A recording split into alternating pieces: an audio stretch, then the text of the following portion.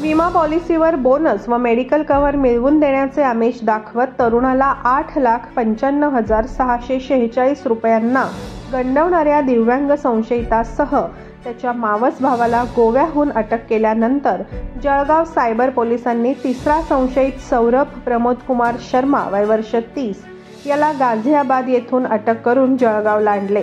बनावट तयार केलेले बॉन्ड पेपर व इन्कम टॅक्सचे प्रमाणपत्र व्हॉट्सअपद्वारे पाठवून तरुणाचा विश्वास संपादन करून या भामट्याने दाम्पत्याकडून वेळोवेळी 8,95,646 रुपये घेऊन फसवणूक केली होती। डिसेंबर महिन्यात दाखल झालेल्या या गुन्ह्याचा तपास सुरू होता।